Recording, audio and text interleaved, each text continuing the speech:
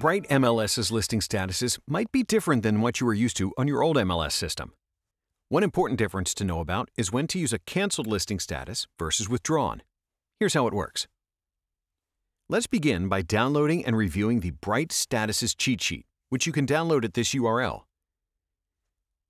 For when to use canceled versus withdrawn, you'll use canceled when there's no longer a listing agreement between broker and seller, and both parties have signed the release. At this point, there is no contract between the seller and broker. Under the canceled status, any agent or broker can now pursue that property and try to get the seller to relist with them. When it comes to Bright's withdrawn status, you'll use that when there is a contract that still exists between the seller and the listing broker, but there is no intention to bring the listing back on the market. For instance, if there is still a listing contract and this property cannot be shown through the date of the original contract.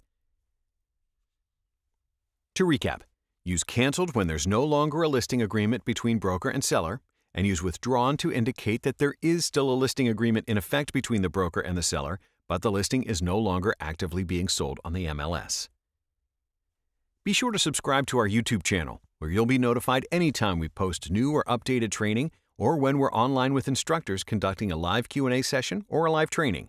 It's a surefire way to become an expert on BrightMLS.